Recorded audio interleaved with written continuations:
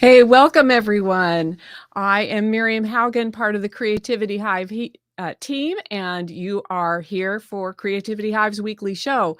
We help budding videographers and others achieve massive post-processing skills through Premiere Pro and Adobe After Effects through one-on-one teaching and live group coaching. And today we are talking with a videographer from South Africa, Johnny Swanepoel. And my first introduction is going to be playing his show reel. So here we go.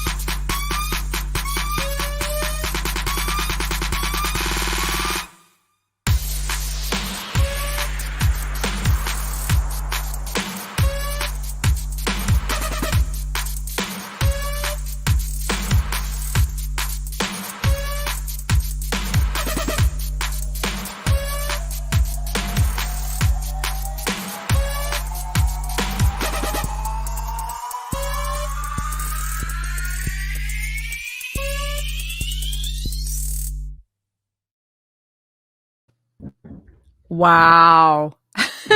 Welcome, Johnny. That's pretty amazing. So I'm seeing a huge variety in what you do. I mean, there's advertising, there was dramatic film. Tell us a little bit about all the different things that you do.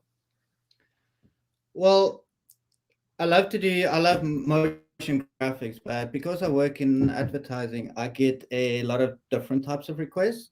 Sometimes the agency will just give me a vector logo and say, animate it. We need something really funky, or we just need like plain simple 2D or something that just fades in and out. So, which is quite cool from my clients because they kind of give me the freedom. That's why in some of on my longer show reel on my website, you'll see some of it is like pretty cool. I'm going 3D using Element 3D of Video Copilot in After Effects, and yeah, like I say, sometimes it's literally just a puppet tool that moves things slightly around. So it's quite cool regarding the After Effects section on Adobe, which is pretty cool. Yeah. Nice, nice. Okay, so what I always like to know is how, what's your background? What did you go to school for this? What did you study in school? And how did you get to where you're at today? Well, it's a pretty long story, to be honest.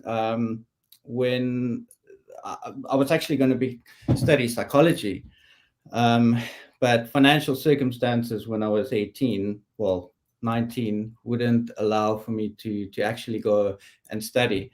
So my aunt and uncle, they actually worked at a print reproduction place company. Yeah, what was it, 1995?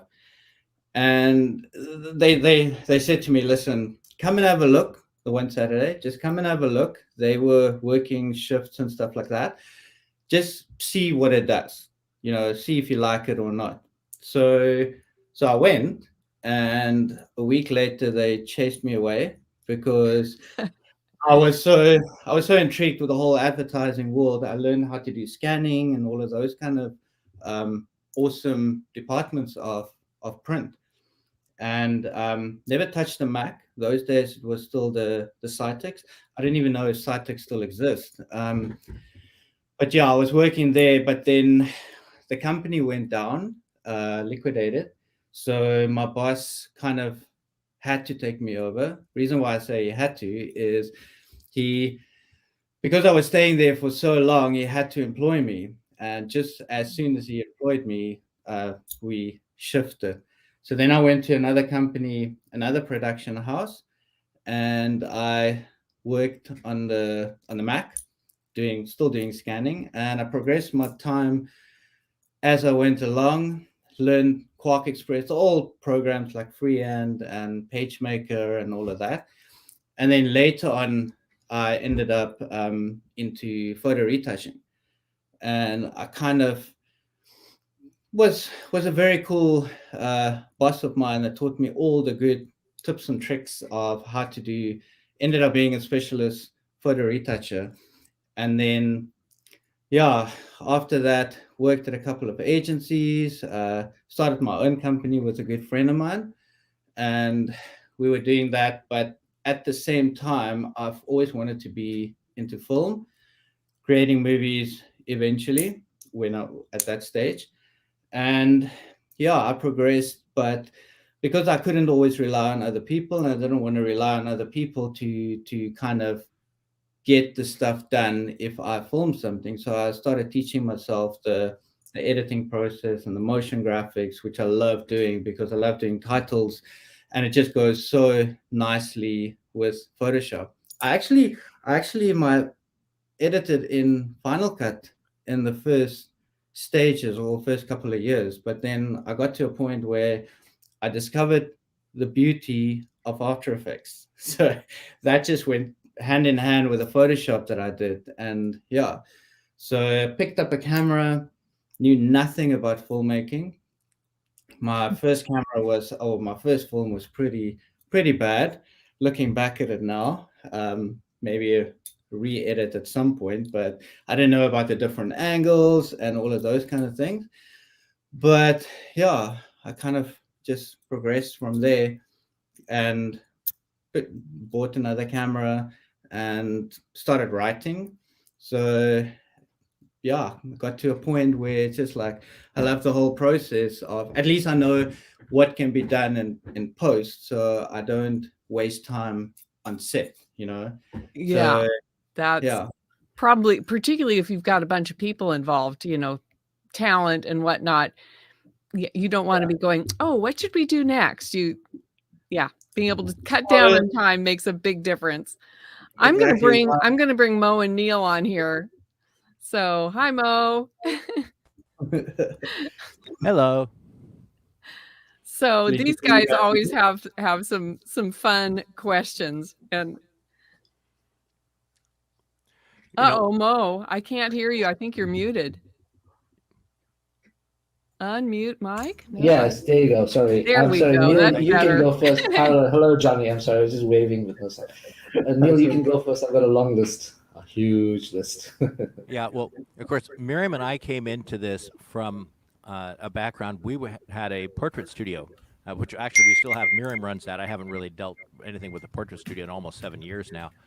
Um, and including we did our own printing, except our printing was, of course, photo processing, and we had a full wet lab with up to 5 or 6 full-time employees at one point, and all the color calibration and maintenance and everything that went with that in order to get a really tightly um, controlled color and contrast for our portrait images. And so you're coming out of a printing background is interesting because it was different but kind of the same. And so that was Mm. kind of fun to hear. In my background, about 2013, end of it, I decided to try out with a little video and bought a GH3 from Panasonic and a couple lenses, and immediately did something really stupid, which was rather than really learning how to edit and do the cutting and everything right, well, of Mm. course, what my brain wanted to do was make it pretty, and so it was the color. And so I got heavily involved in speed grade, and in me being me in a 3 month period, from January into March of 2014, I went from being the person that asked the most questions on the speed grade forum to the person that answered the most questions, which caught Patrick Palmer's attention. And Nice. I got invited into all sorts of things, and so here I am all these years later, and I've been in video posts since then, and never really had the time to look back because there's always stuff to do, and it's so there's so many things, there's so many fascinating things, but the stuff that you do between After Effects and everything like that, just I was looking at your reel and just going, wow, that is just awesome. You and Mo, you guys that really know After Effects just blow me away. I love it. So Johnny, I'm really curious about all the Post-it notes and things behind you. What are you doing? What are you working on there? Well, I'm busy basically writing, working hand in hand on two. The one is a feature film and the full-length film, and the other one is a documentary film. And yeah, that's basically just plotting out the different acts and the different sequences. So, I mean, at the top one, you'll see that's Act 1, the two separate Act 2, A and B, and then the final act. So it's a lot easier for me to kind of plot it down into Post-its. So I spend a lot of time researching before I get to that stage. And then it's literally just putting down the main headings or the main sequences, not sequences, but the main actions that or in the plot point, putting that down, which is quite cool because you can actually just move things around. Yeah. Instead of, I mean, my first one, like I said, the first film I made was quite a dear film to my heart. It was made about my brother, but there I just literally got into it, started writing, and when I had to change things, it was like quite a bit of a mission. And yeah, so I got to a point where I was literally just going and say, you know what, let's put it on cards. And obviously I did a lot of research. There's a lot of writers that does that, and yeah, that's the thing, that's a process that works the best for me. So it's easy to move around, but I mean, this one is cut down. You should have seen the cards that I had first. It was like the entire floor I bet. full of cards that you got to a point where it's like, oh no, that doesn't make sense. So take that out and simplify it. So you were editing with 3x5 cards. Yeah. So once, I mean, I'm still busy with it. So once I get to a point where it's like, I mean, there's still loads of changes that I want to make and that I still have to make. So when it gets, once I'm happy with it, then I'll go and sit down and actually start writing. But I mean, my mother-in-law actually gave me an old typewriter. So I'm actually quite keen to test out and actually do the older route of physically typing. But I mean, you know, it'll be interesting to see how that's going to go, because you can't just highlight it and change the spelling mistake or the grammar that you did. So yeah, I'm quite keen to test that out and see how that goes. Yeah. So Johnny, just the first question, you're looking at your show reel. So you're a filmmaker, you do motion graphics, you're a post-production artist, you do visual effects up to a point, and then you also write and direct, and you DP, and you do photography, right? So that's a broad, big basket of skill sets. Yeah. Is there any one of those, if you could choose to exist with just a single one of all of those skill sets, which one would you choose, and what would that reason probably be? You know, I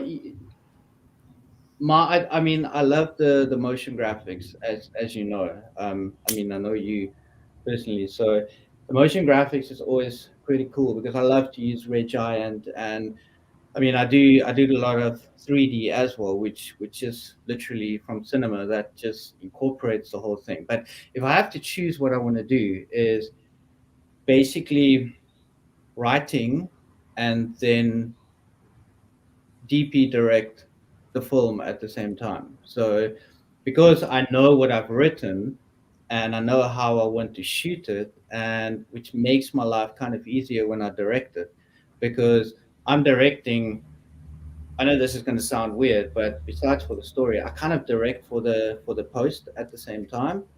So if I know that that's something I can fix and post, then I'm not going to bother keeping everybody up for the next hour just to get that perfect shot. You know what I mean? So for me, that's kind of why I went and I did taught myself, because I mean I never went to film school, never had the opportunity. So thank goodness for YouTube. I mean, when I started, there was no YouTube. So when is your film gonna you know, knowing you and the care you take with these sorts of things, it's been a few years, right, in the making, in the writing, let's call it that. I've been with you with your first film, so I know when that was. So this is taking quite a long time, and it's evolving not a rapid rate, but I mean at a progressive rate. When do you think this is going to be ready to go to camera? Well, I would say, I mean, the first one that I'm working in, like I said, I'm working on two, but one is a docu-film and the other one is a feature film. I reckon by next year, Jan, I would definitely be ready. But I have got a connection in Los Angeles as a producer, but I'm not ready yet. So it's a matter of like finding the funding. I mean, everybody knows funding, to find funding for anything is always a big thing. So for this specific film, the documentary film that I'm busy writing at the moment, that I need a specific producer that I'm searching for, because it's all about dissociative identity disorder. So it's quite an involved, intricate subject that I'm working on. So that one will be slightly later, but the Bonnie and Clyde film, that's pretty much ready. I just need basically a month to write it, because I've done the research already. So Yeah, that's cool. I'm giving you myself a and little bit of extra time to just put it down, because I've got a little girl that was born about 17 months ago. So she's keeping me busy. So, yeah. so Yeah, yeah. I heard so. And if you look at your post-production workflow, the tools that you use in terms of the main pieces of software would be what, you know, per area that you work in, and what's the exact reason that you'd possibly be using. I mean, you said After Effects. I understood. There's got to be a reason using After Effects. There's a ton of other stuff out there that does, you know, stuff like After Effects and better. There's Cinema 40. I mean, you got Maya, you got a whole lot of other stuff. You got Blender. You know, so why do you're editing? I'm assuming on Premiere Pro. So there's other NLEs out there that are equally as powerful, if not better, and some are worse. So just to kind of pick your brain about why you choose your particular weapons of choice, so to speak. Weapons of choice. Yeah. Yeah. Look, coming from a Photoshop background, the whole Adobe suite just works for me, you know. So editing on a laptop in Premiere, I know everybody's always saying it's like Premiere crashes the whole time and stuff like that. There's one. Who There's says one. that? It never crashes. Like Neil, am I correct in saying this? Premiere. What's the crash in Premiere? I've been. Huh? It's really fascinating because some people have very few crashes and some people have a lot. But then I've also, because I do so much in color, and I work teaching over with at mixinglight.com. Well, of course, those people are almost all based in Resolve. And for all the complaints where people say, oh, it's so much more stable, it's been fascinating for me over the last year or two that being involved with Mixing Light, because, of course, when you get into people that are heavily using it for heavy professional projects, oh yeah, when you're on the Mixing Light Slack and you get things, you know, where someone's going, "What the hell? They were just doing something and their whole database crashed, and now they're having to have people help them figure out how to resurrect their database so they can get back to the project that has a deadline tomorrow. That is a Netflix job that is just it's got to get out of here, and this whole thing just crashed on me." and going, yeah, Resolve never crashes. Well, Resolve doesn't have bugs. Oh no, the people that work in Resolve have the list of 500 bugs that drive them nuts because they're complex. They're incredibly fancy hammers, and depending upon what you're doing with them, and actually it seems like almost even who's doing it, any of them can break. yeah. Look, I do believe it's also about the user. I mean, for me, there's a whole process. I mean, you do it in Premiere. I know that you can go. I mean, I don't even use it where you do the direct link or the dynamic link. I think it's called a dynamic link, where you send it straight from Premiere to After Effects. I'm still old school in the sense of like, if I do something in Premiere, I export it as a ProRes and then bring it into Premiere, that kind of thing. So for me, I don't have as many crashes as what other people has got. Not that I say that my workflow is better, but I mean, Mo, you were asking, it's like, what is my workflow? So for me, it's just like edit in Premiere, effects or VFX in After Effects, bring it all together right at the end, send it through to Resolve, where I have the joy of telling the story telling the story further with color. And then sometimes I do the final. I like to do my titling all in After Effects, so I bring everything back. As long as I export it as ProRes, then for me that's kind of working nicely. Because I mean, if you do stuff in Photoshop, you bring it into After Effects in any case. So I know you can do a lot in Premiere, but I'm still old school in that sense of each each program has got its capability to bring everything together into one. Just works seamlessly. That's Okay. why I love the Adobe so much. So from what you're saying, the only place outside of Adobe is Resolve, for coloring, essentially. So have you tried the Blumetry coloring within Premiere, and what's your take on it? Well, I first started off with doing all my color grading in After Effects because it's exactly for me. It's just like seamlessly with Photoshop, so it works exactly the same. Um, with all the different layers and everything like that. And the cool thing is you do the VFX and you just add the layers for the color grading. Um, Lumetri I found, which was amazing. One thing I kind of found Lumetri and Resolve at the same time. So I did everything in After Effects and then I ended up grading in Premiere, but then I discovered Resolve where it was just like, oh my hat, it's mind blowing in the sense if you got 10-bit footage, obviously not 8-bit footage, but you got 10 and 12-bit footage, where you do your qualifiers and everything it just works so nice. It's so nice and seamlessly. But obviously, it'll work better if you got the whole deck um, instead of the mouse, like you were saying earlier on before the show, Neil. But yeah, it's Lumetri is very very powerful. I do find that it's got its limitations. If I have to compare Resolve and Lumetri. So to be honest, sometimes, especially with 5D footage, sometimes I kind of trick it by starting off with Lumetri and then finish off in Resolve. But you got to be careful in not ripping the footage to pieces Yeah. before you go into Resolve. Okay, and I think Neil, that's Neil's area of massive expertise, the Yeah, there's coloring. So I don't know what you just said. Uh, Johnny said something about 8-bit and 10-bit and 12-bit. I'm like, okay, yeah, well, but I guess so.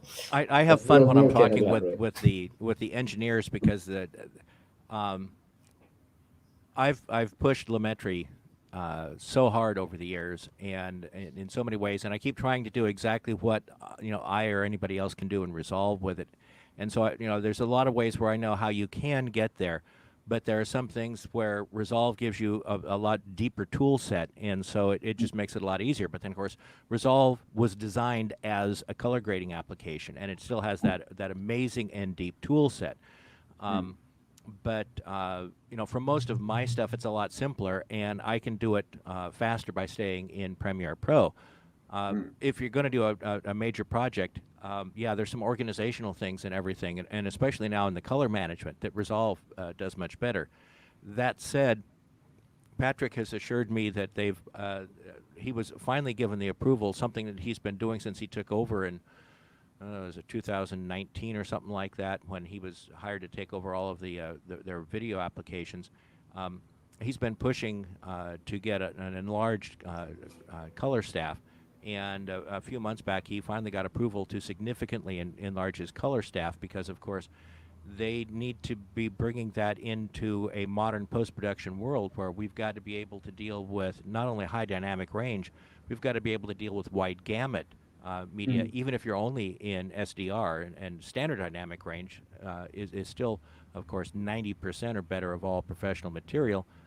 But so many of the cameras now, they have a very wide gamut to them, and that's not the color space. The gamut is a different thing. It's kind of like the volume of color you've got, and being able to have a system that can match gamut between the colors, which you can do in Resolve, but you can't really do yet in Premiere. And why that's important is simply because if you can match, if you can do what's called a transform, a fancy word for kind of a LUT type of thing, except it's a live mathematics, so it's not a static thing like a LUT. But if you can do a transform where you put all of the gamut, all of the color volume, the color depth from the various cameras into the same bucket, so to speak, and then everything on the timeline is in that gamut, the math for the controls works very similarly on all the clips, and it makes it a lot easier to get your color work done. You can do that in Resolve. You can't do that in Premiere yet, but they're working on it. And Patrick says, Neil, just in a few months you'll be really happy. And I keep going, yeah, I'll be really happy then in a few months, but I'm not as happy now as I'd like to be. So I keep pushing on them, but it's supposedly coming. But yeah, there are things you can do in Resolve that if you're doing a theatrical release or a major network show, for a lot of stuff, there's still a good reason to go over to Resolve. Yeah, Miriam, it's just the weirdest thing. When they talk about coloring, I just think about food. It's like I'm wishing I had McDonald's. I'm just thinking about the arches. I can hear Neil in the background on my earphone saying something. Right. In other words, the mind is going. Yeah. What brings us, it's pretty interesting actually. Now that I'm thinking about it, because in the post-production world, and Donnie, who's watched a few episodes, had asked a very pertinent question about how do you break into the industry from a different mindset. So being a still photographer to getting into motion graphics or visual effects or post-production, how do you do that? And I find that a lot of people tend to be focused in one area of passion, so to speak, for lack of a better term. And if you put me in a coloring suite, I'd use those balls to play around with. Neil knows this because I want a tangent so I can scrub the Premiere Pro timeline. He had a good laugh at it.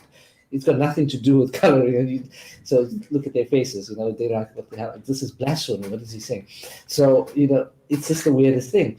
That's why I find it quite fascinating from looking at Johnny. And I've known Johnny for some time.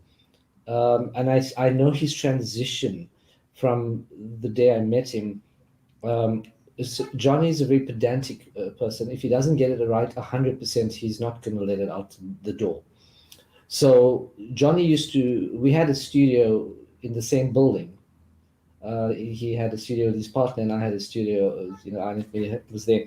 And Johnny would always, that's how we met, I think, Johnny, yes? Am I correct? We met. I think I arrived at your office, to be honest. Yeah, so Johnny would be calling me all the time. So how's this done in After Effects? So do I need these speakers? Do I need this breakout box? And I had all this extra gear lying around. I said, yeah, you need it. You can have it. Yeah, take it. And he'd have it, and it'd be all rigged up with fancy lights and sitting on Photoshop. Neil, he'd be sitting on Photoshop with gear that's made for post-production editing. And I'll see all the flashing lights, and I'll be, great, you got a great. It looks good. It looks good. It's great interface for audio. What do you do? Are you recording audio? Why is the levels moving? And you're on Photoshop, right? Do you have a screen behind that you're hiding from me? He says, no, it's just those LEDs look kind of cool. So he'd pop in every couple of hours, Neil. I swear to God. And he'd say, "So Mo, are you busy?" And I know the answer I have to give. I have to say no.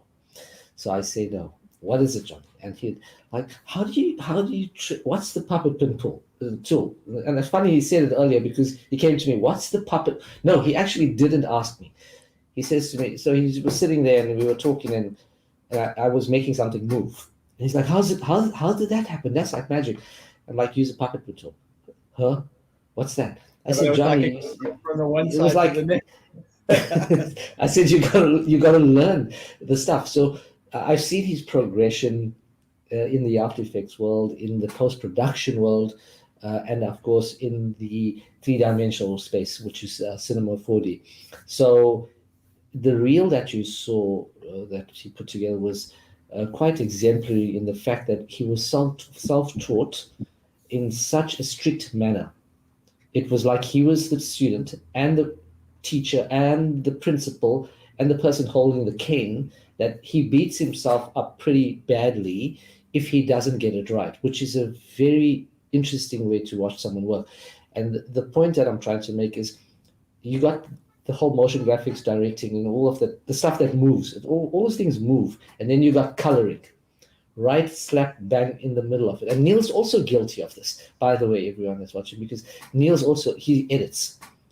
And as he's editing, he moves to, you see his eyes move over to the right. And I'm like, Neil, what are you doing?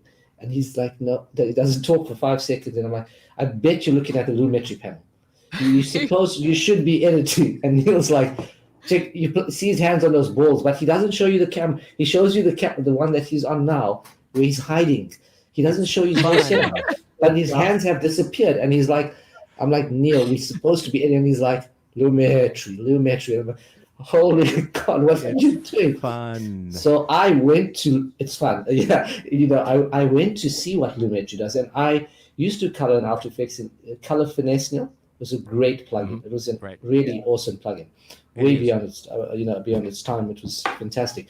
And I went I got Resolve, right? Because everyone was getting Resolve. And it looked so cool. So I put it as my wallpaper. I screenshot it with all the graphs and I don't even know what they call it anymore. And then people came into the studio and I put it up. So I put up Resolve and I had the chroma and the luma and the sets and all these values all up, and it made the curves look really, really cool. I had no idea what it was none whatsoever.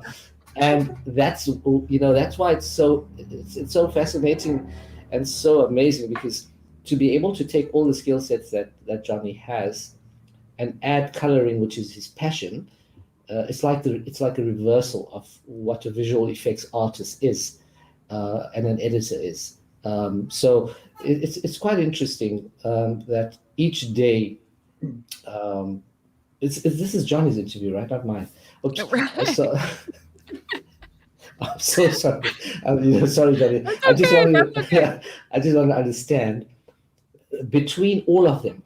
If you could say you love one the most, right? Which is the area that you would live in permanently if you could be employed by Hollywood? Because there's no Hollywood in South Africa. We don't get employed here, as you know, right? It's very difficult.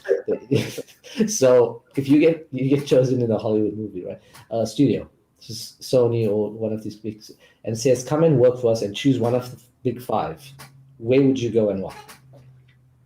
Ish.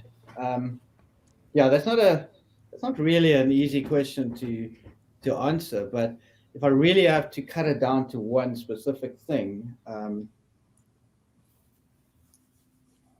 probably color. Color, yeah. I even crossed my fingers. I even did this on camera. No, don't say coloring. Shut up. Say visual effects. You know what the thing is. You can't. For me, I can't pick one, because my whole reason why I did the self-taught route is because it's nice to take something from the start to the end. That's why I start off with script writing, and then it goes over to the treatment, and then in the treatment, you have to think about the color. You have to think. You got to see the final result when you do the script writing already. So that's why I say it's a very difficult answer for me, or question for me to answer. But it just it's nice to if you do the same thing the whole time, it's nice to break it with something else. But yeah, the only After Effect problem that I sometimes have is my brain kind of doesn't switch off, in the sense of, like, if you do VFX, you think a specific way. I mean, if let's say I do 3D rendering, I see everything in shapes, like that is a square, but you got to extrude it, or you got to do something with that. Yeah, I'm gonna kind of stop you right here, because it's a massively interesting question. Massive. No, Johnny, that's not the right. That's not where the emotion lives. The emotion lives in the music, in the editing. Color is a byproduct of everything else. If you don't color film, it still looks good. Just kidding. I'm just. For me, the only thing that I haven't taught myself is actually sound. I mean, being that's great, almost half deaf on the one side, for me, sound is just looking at it. It just, I don't know. It just doesn't make sense. All the waveforms. I know how to cut, and I know how to break it up. But I mean, that's why I normally send sound to you sometimes. His ear problem stems from when I sold him a set of speakers for his studio, and I set the game really high on one, and he just happened to press play. So well, maybe I'm that's just kidding, Miriam. I'm just kidding. It didn't really happen like that. Johnny's question, Johnny, was: is color? Does emotion live in the color? Which is it's a very pertinent question, and it's a very interesting question. And I'm sure there's multiple points of view on this. I have my own. I'll just keep quiet.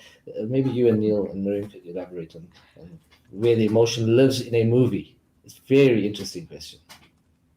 Well, I mean, you can edit something and create mood, and sound is a very important thing. I mean, you can have visuals and it looks pretty, but add sound and it starts becoming motion. But add color to it, at the end of the day, you've got a whole different polished look.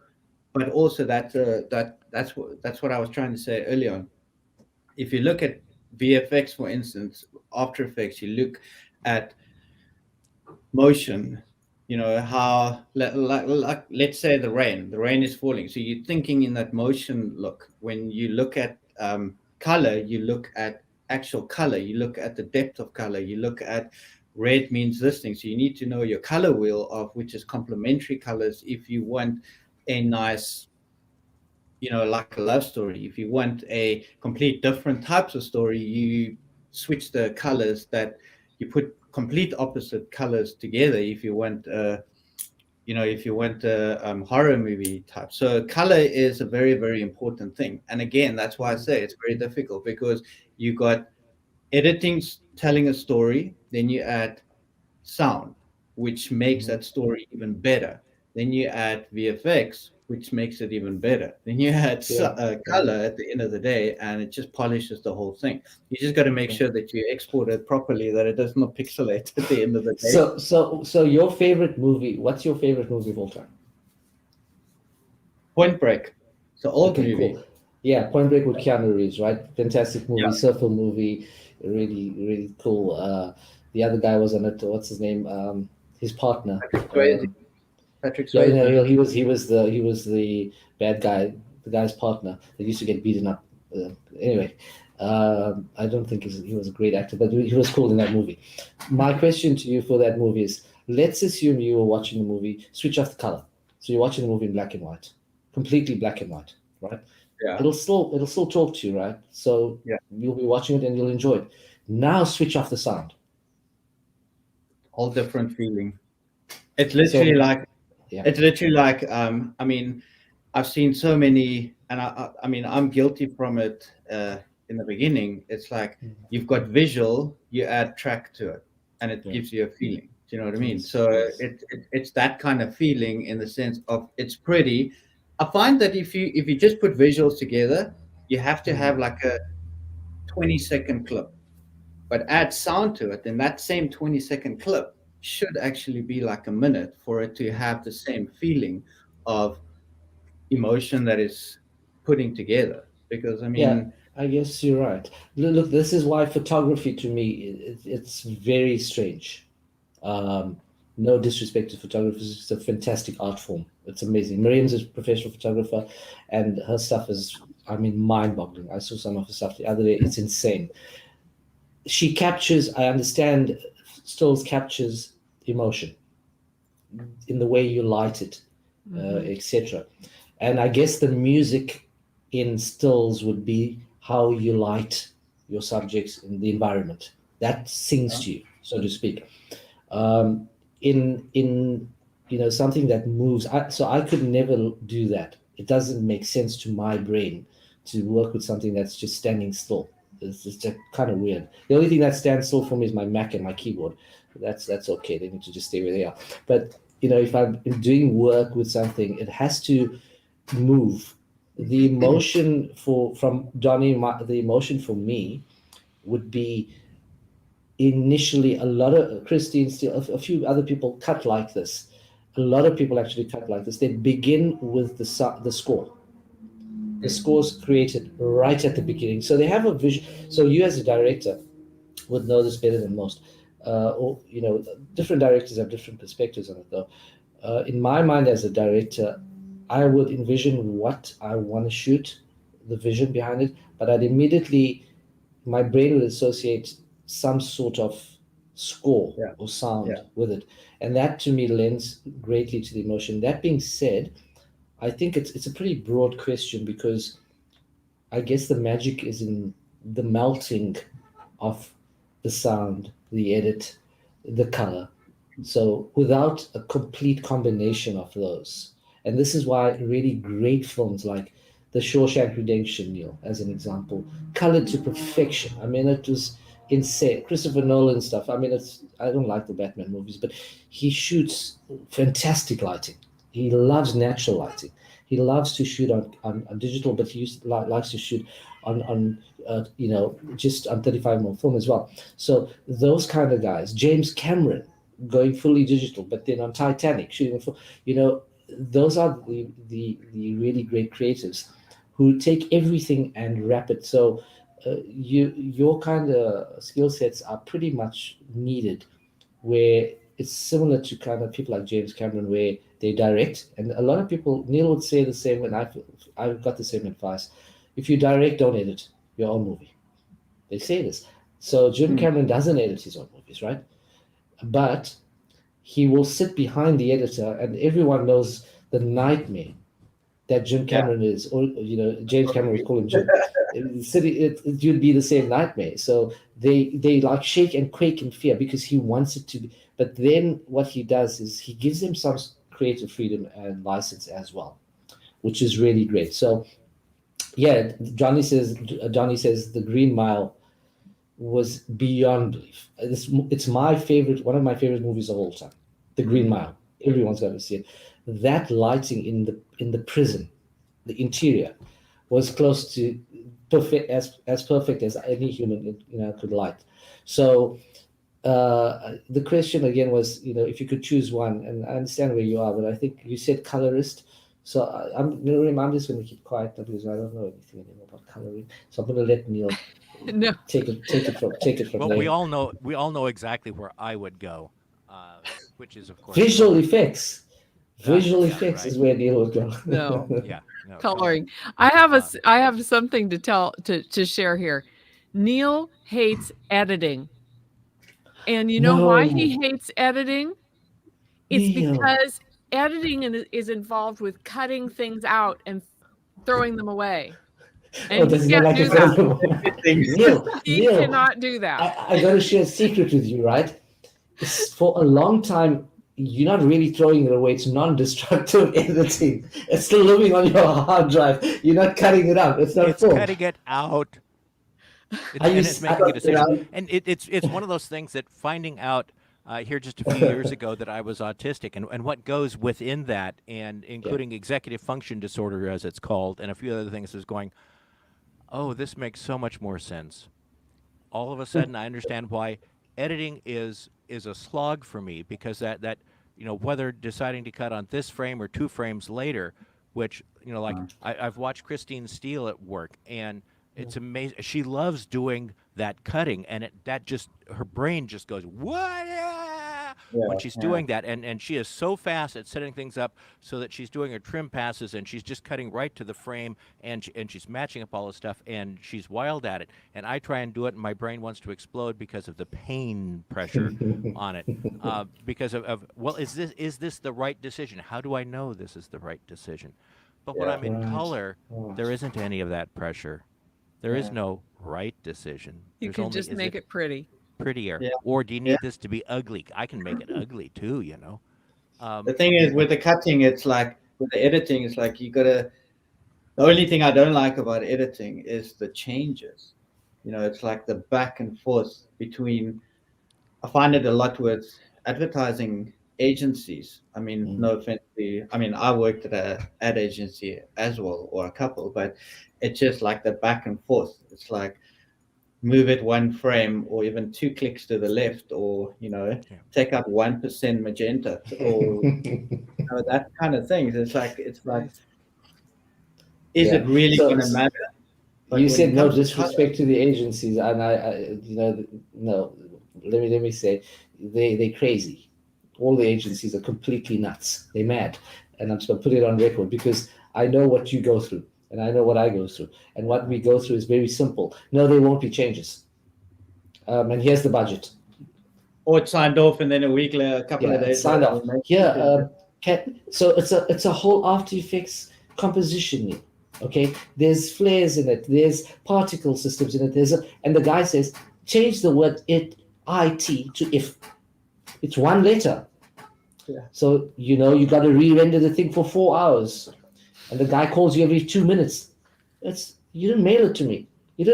Like a Word document being changed, and now you got to explain why you cannot do it. So he listens and he says, okay, I'm so sorry, and the next day he gives you 17 changes.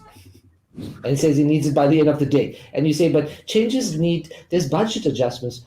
Oh, we could give it to someone else. So agencies, my fingers are below the table. I'm not showing any sort of signs.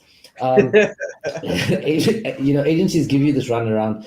There's a lot of restrictions when it comes to agencies, which I fully understand. They have to, get the client spec and so forth. What I did though, it was, you kind of change that a little bit. So if you work directly with the client instead of the middleman, you can make a client understand the changes that you want to make are going to be good for them.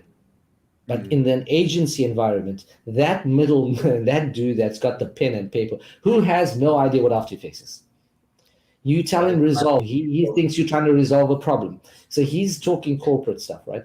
And you said, okay, I'll lift the gamma by, let me not talk coloring, Neil might kill me because I don't know what I'm saying.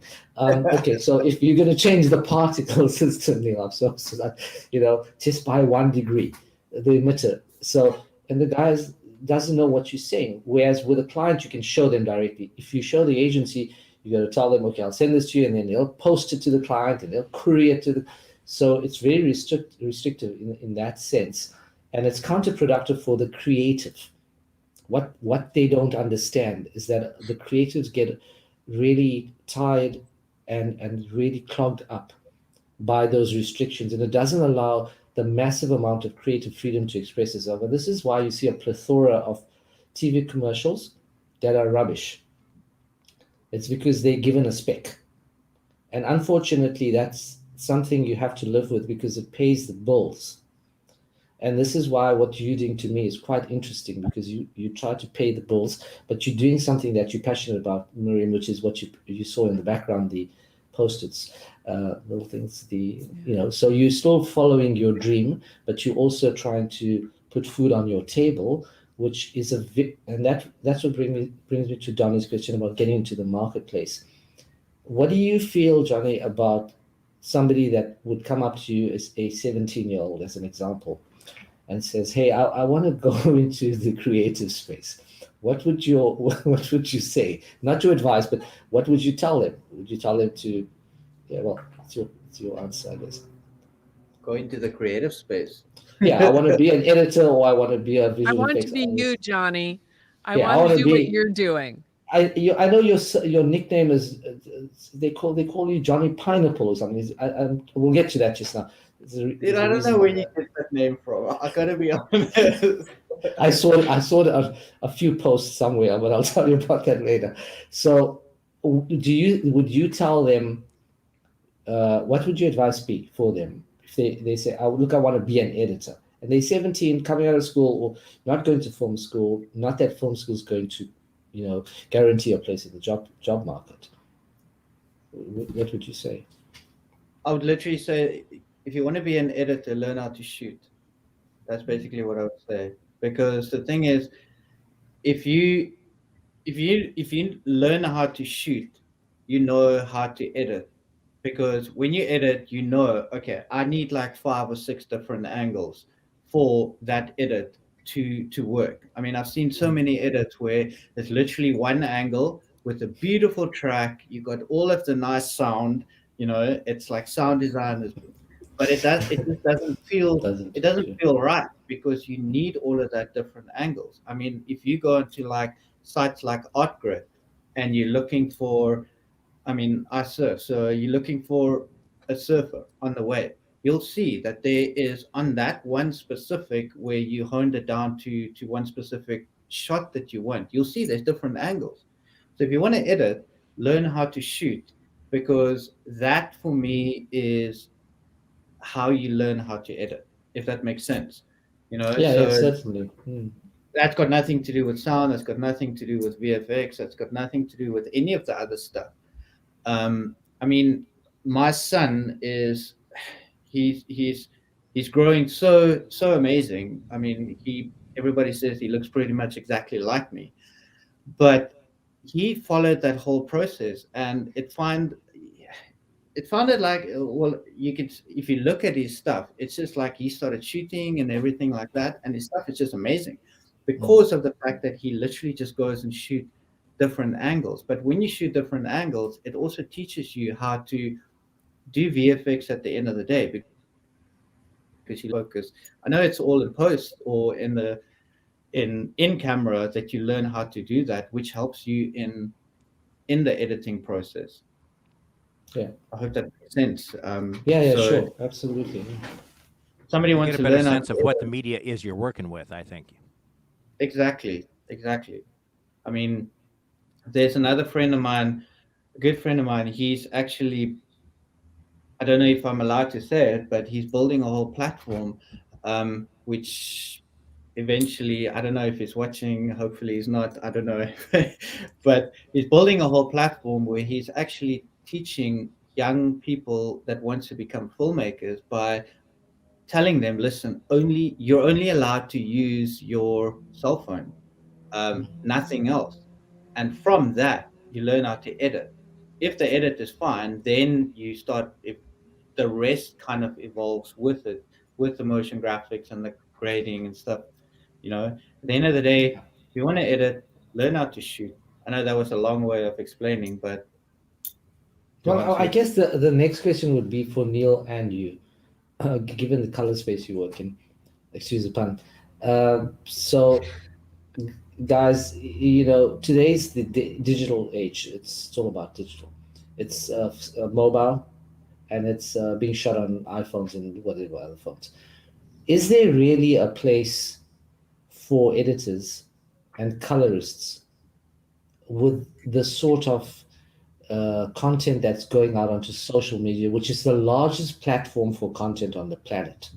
Not Netflix, not anywhere else. The largest platform is social media, and it's being flooded. Do you foresee, and we're taking away the big Hollywood studios and the big studios around the world, not the big guys, not the big budget.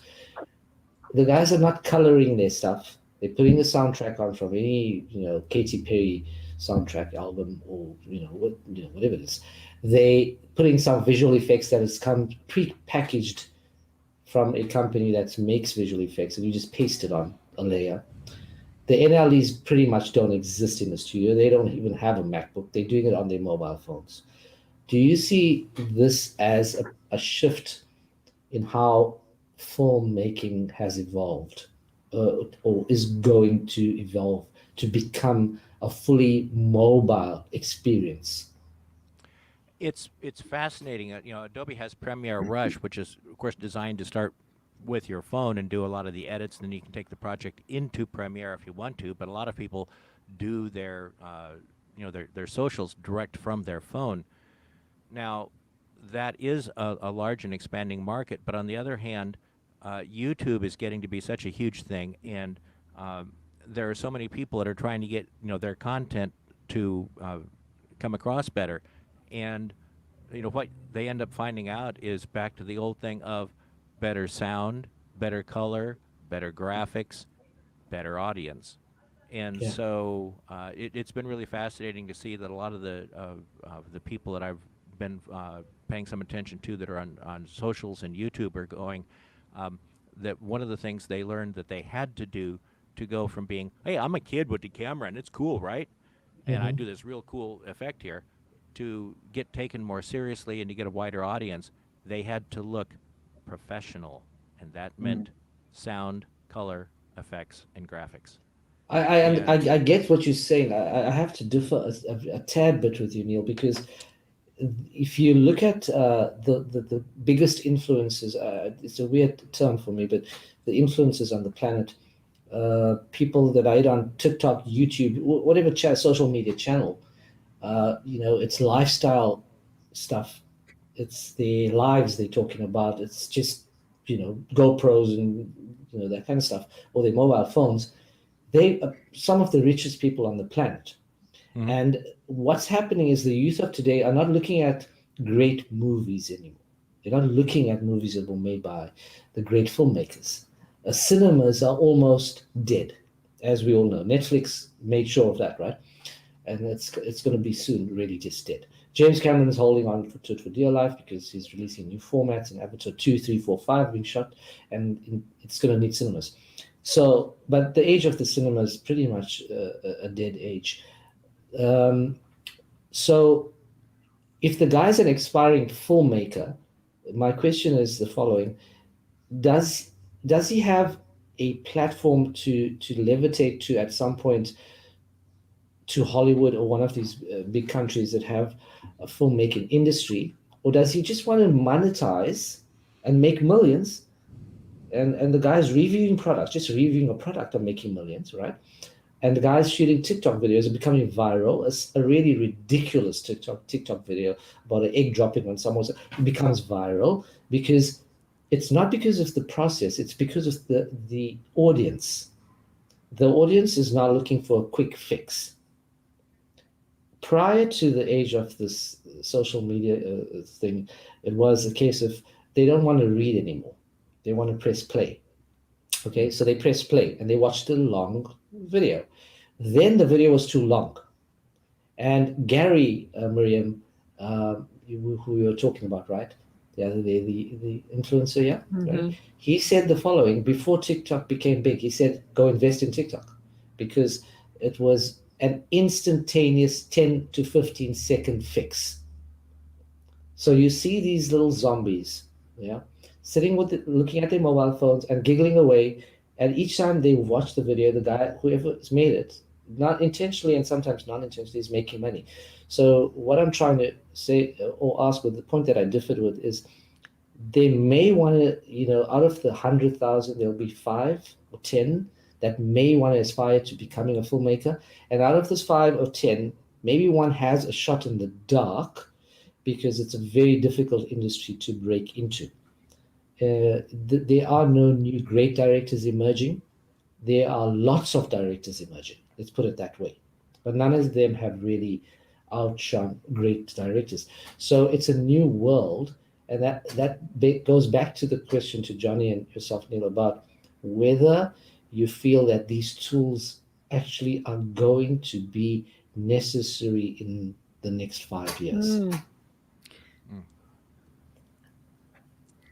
Yeah, look, the thing is, I mean, what has killed the industry, and I mean, don't hold me to it, but deadlines have gone too quick. Everybody is like, you know what, shoot a whole you know, shoot a Yes. mobile or a Instagram campaign. Yes. Then you go and say, okay, well, you need a decent camera because remember you wanted slow-mo. So I can't just use a proper camera because they always want to put it on Instagram, YouTube, and everywhere else, but it has to look good. So the cameras is involved on your phones, but it takes away the budget. I find, which is an ongoing thing. I mean, I find the budget is always so low in the sense of like, oh, it's only for social media. So why Yeah. should it be expensive? So for me, it's like if you want to make it, and I mean, I'm finding the exact same thing. I mean, it's a project is a project, and a project you want to make cool.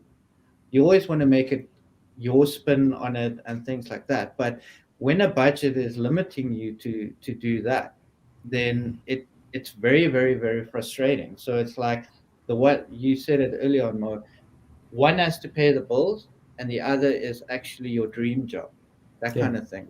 So it's not always that easy in the sense of like, what do you want to do? Because it's more of what do you have to do to pay the bills. Yes. You know, I mean, I remember from getting into the advertising, you got one on the print side, you got one ad that you're crafting, and you're literally crafting for about a week. You know, the budget is there because everything is print. You retouch it and you make it look beautiful. These days, it's like, oh no, it's going on Instagram or YouTube, or so it's being viewed this big. So why must you go and make Yes. retouch the skin? With video, it's exactly the same, and Yeah. it's Yeah. very frustrating in that sense because it's like, what do you do? You, Yeah. I do find that your quality. I mean, I over. My wife always get mad at me because it's like the budget is 5,000 rand, or Mm. let's say dollars, $5,000, Mhm. but you end up because you don't want you always over deliver. I've got the Yes. problem. I'm going to be honest. I mean, I give $10,000 worth of work for that $5,000 because I don't want. At the end of the day, when I put something out, I want it to look good, but it's Mhm. not helping my bank account at Yeah. all.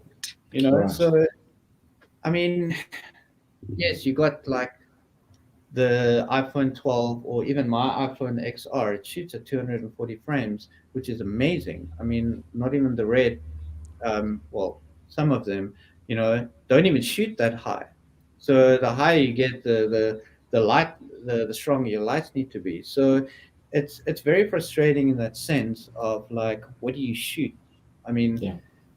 if you want to be an editor, you want to make money or even color grading, hone down to one thing and kind of say no to the smaller jobs, the Right. smaller Instagram. Don't do those kind of jobs and literally just specific go for the commercials and the feature films Yeah, and I stuff. think that was the going back to the question about what advice would you give to someone that's trying to break into the industry.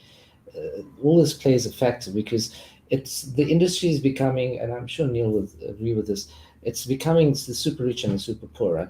So you've got the big studios up here. There was the middleman before. There was that middle ground where guys were making beautiful content, whether it was for clients or for themselves, and was acceptable. It was used for not social media. You could put it out there wherever you want on some channels, or sell it on DVDs and all of that. And you'd be using professional tools like Premiere. You'd be using Final Cut and long forms, Avid, and so forth. And now it's changed completely. You got the top end and you got the bottom end. That middle ground is shifting, it's dissolving. The bottom end is, and it's not the bottom end, it's just the other end. Let's call it east and west. You got the Instagrammers and the social media guys. So, how does a person, for example, Miriam's son or daughter, or somebody wants to get into the field, is it an advisable field to get into, looking at the fact that you're either going to be a great colorist in a big studio like Neil, as an example, right? Or a great editor like someone in a big studio, or are you going to be sitting, cutting these little videos for chump change, hoping to get a break? And this happens to thousands of people a day, hundreds of thousands. And this is why you see the mass content out there, because they're trying to actually give out their vision and their passion, but it's limited due to not using the proper software, etc. But the audience is changing. It's a non-paying audience now. Yeah. The audience does not pay any longer. It's completely free. So Okay. would you say get into it? Well, I'm going to break in here because, you know, we've been going for over an hour Wow, and we were okay. talking about losing our audience because people have short attention spans. Yeah. Sorry. But I want to know if Johnny, do you sing? We got Patrick Palmer to sing and play his guitar last week. You He's asked me speechless. to Do you sing? Yes, do you sing? He has a I good try, laugh, though. I try, but whenever I start singing, my whole entire family goes away. Even my dogs go away. The cats go away. But no. Oh, But you darn. play the guitar, right? You play the guitar. No, I told you not. No. I don't. You like- I do, but You nobody smirk. can hear it. I've got a clip of him, and I'll send that to you, Miriam, and you can post it out at some point. Oh, okay. We'll make What? you. I do. You don't know. I do have it. I have it. You're right. He probably would. All right. Well, thank you so much for joining us. I think with all of that, let's all say goodbye to everybody. Take care, guys. Bye. Great to have you, Johnny.